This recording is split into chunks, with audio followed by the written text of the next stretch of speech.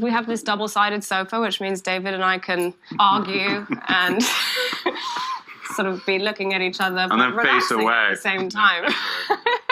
They go really well with our embroidery of sexually transmitted diseases. You've had that since I've known you. That's amazing, by the way. I don't know. You've had good closets in the past, right? Nothing like this. This is amazing. Yeah. I built it. Smile is literally the only song of Lily Allen's that I was familiar with by way of J.K. Rowling in 2007, before she became a menace on X. Joe puts on the page numbers, saves the document, and plays Lily Allen's Smile.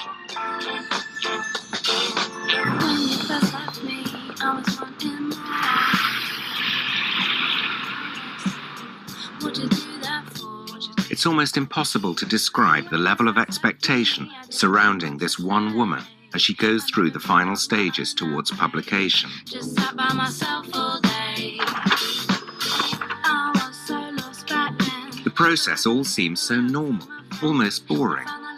But this is now the most valuable manuscript in publishing history. Now you're calling me up on the phone. Anyway, this album was something. I put it on while making my vision board, thinking it'll be a casual listen because I already had an idea what the album was about. And I mean, how deep can an album about a cheating husband be, right? Except this cheating, now ex-husband, is the beloved Hopper in Stranger Things.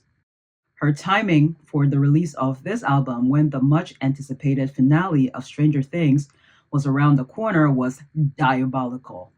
So diabolical, in fact, that Harbor, her ex-husband, who played Hopper, skipped one of the red carpet premieres of the show. Okay, it wasn't because of the album, but still. This album is making fans of the show look at him sideways. Back to West End Girl.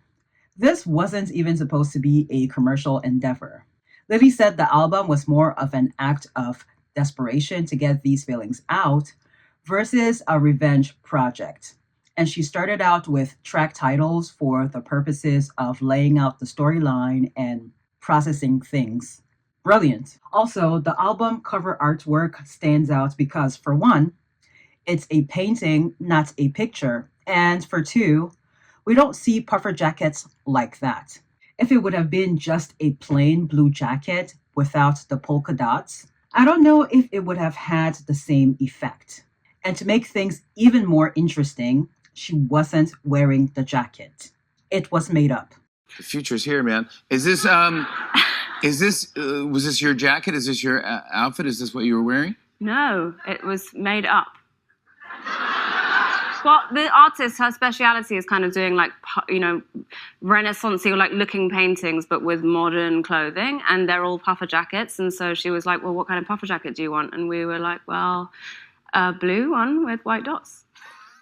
Back to me on New Year's Eve, making my vision board and deciding to listen to this album casually. 30 seconds into the track title, I had to stop what I was doing, sit and listen attentively. And I just could not stop until I finished listening to the album. I did pause to go pick my mom up from midnight mass, but forget that vision board. I had to find out the details of this failed marriage. Also, I wasn't making a brand new vision board from scratch, just tweaking the one I already had because the intentions are more or less the same. So that was easy to put aside in order to give this album my undivided attention. Her storytelling is captivating. Inspired by The Streets, A Grand Don't Come for Free, she said on CBS Mornings. The dialogue used in the songs in that album were relatable and accessible, but also super descriptive, like a movie, Lily had said. West End Girl was her attempt at emulating that album. Melodically, there's a little bit of every genre represented in West End Girl. We've got some hyperpop with Ruminating, reggae adjacent with Non-Monogamy, Western/Spanish adjacent with Madeline, and 60s pop with Sleepwalking. Lyrically and story-wise, It sounds to me like in the title track, she wasn't 100% into what her then husband was proposing, which was to have an open marriage because he couldn't wait for her to come back to New York. But she went along with it only to be tormented by the thought of another woman or women pleasuring her husband. Yeah, that can't be me, and this isn't coming from a place of judgment, because this was quite a predicament he put her in. She moved countries with 2 children to be with him, just finished investing in a house with this man, a brownstone no less, not cheap, did all these renovations that landed them on Architectural Digest, only for him to turn around and spring this on her while she's away for work. Suddenly, I'm angry as though it's happening to me. By the way, since I mentioned Architectural Digest, mentioning Billy Cotton in the song when it had been mentioned during the tour of the house was bold. When we started on this design process with budget unconscious designer Billy Cotton, this is part of the genius of Billy Cotton, I will say. So we went ahead and we bought it, found ourselves a good mortgage. Billy Cotton got sorted, all the furniture ordered. Another thing that struck me in West End Girl, the title track, was how she mentioned twice in the reenactment of the phone call that this news made her sad, but clearly he decided to go forth with it anyway. Also, the fact that this conversation was via phone sounds like he's a coward to me. Anyway, I love the violin or the cello in this one. I have a thing for cello in pop songs, if you didn't know. It's why some of Justin Timberlake's songs are so addictive, in my opinion. That cello. Moving forward to the second track, Ruminating, she's having trouble sleeping because of this news, and by the time we get to Tennis, we realize that this guy can't even be faithful in an open marriage. How do you have an open marriage and still cheat? That's why for me personally, I can't do any of that because it's a slippery slope. She goes from agreeing to do the open marriage thing, but with rules.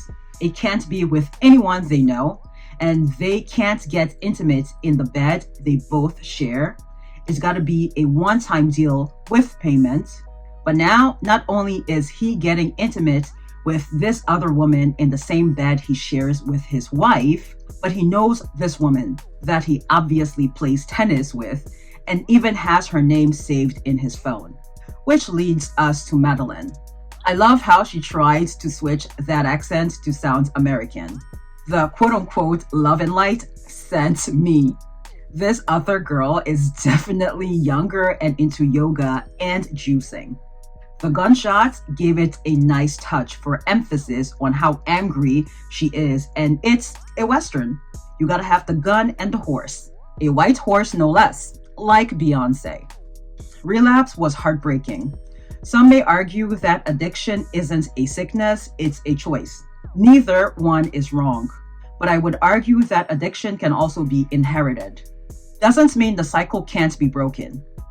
Anyway, she's a recovering alcoholic who is about to relapse because of her cheating husband that she moved countries for, according to this song.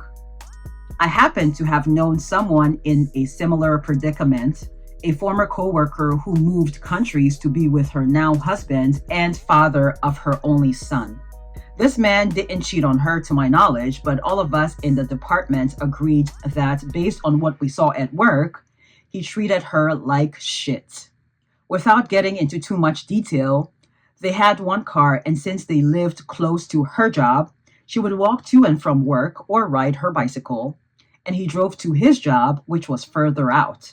But then he would always come to the store when she was working and then leave when she was getting off soon, instead of just waiting till she got off to leave together or just coming to pick her up once her shift was done.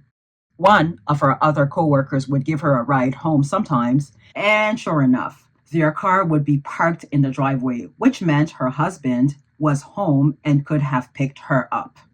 That is just one example. Now, obviously, we didn't know their arrangement, and she would always say she's fine and that she wants to walk. But it definitely struck all of us as a bit odd, especially when he would come into the store and sometimes argue with her at her workplace. Beg for me. This might be the most contemporary pop song on the record, and she sampled Lumidi's Uh-Oh. Beg for me, oh. You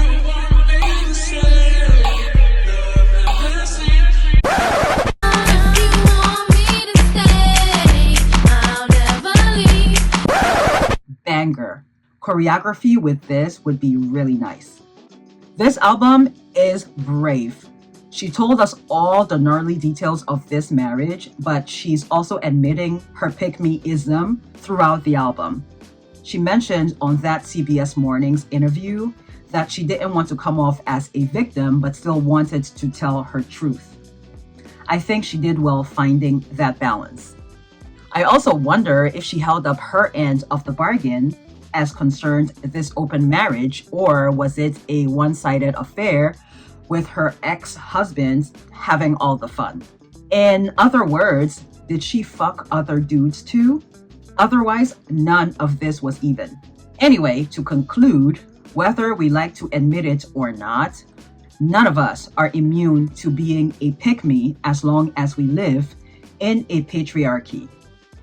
There are, of course, levels to this, mild to severe, but it's ever present, and just like with any other addiction, can be overcome with mental fortitude. In my opinion, easier said than done though. And I would pay to see this if it ever becomes a play.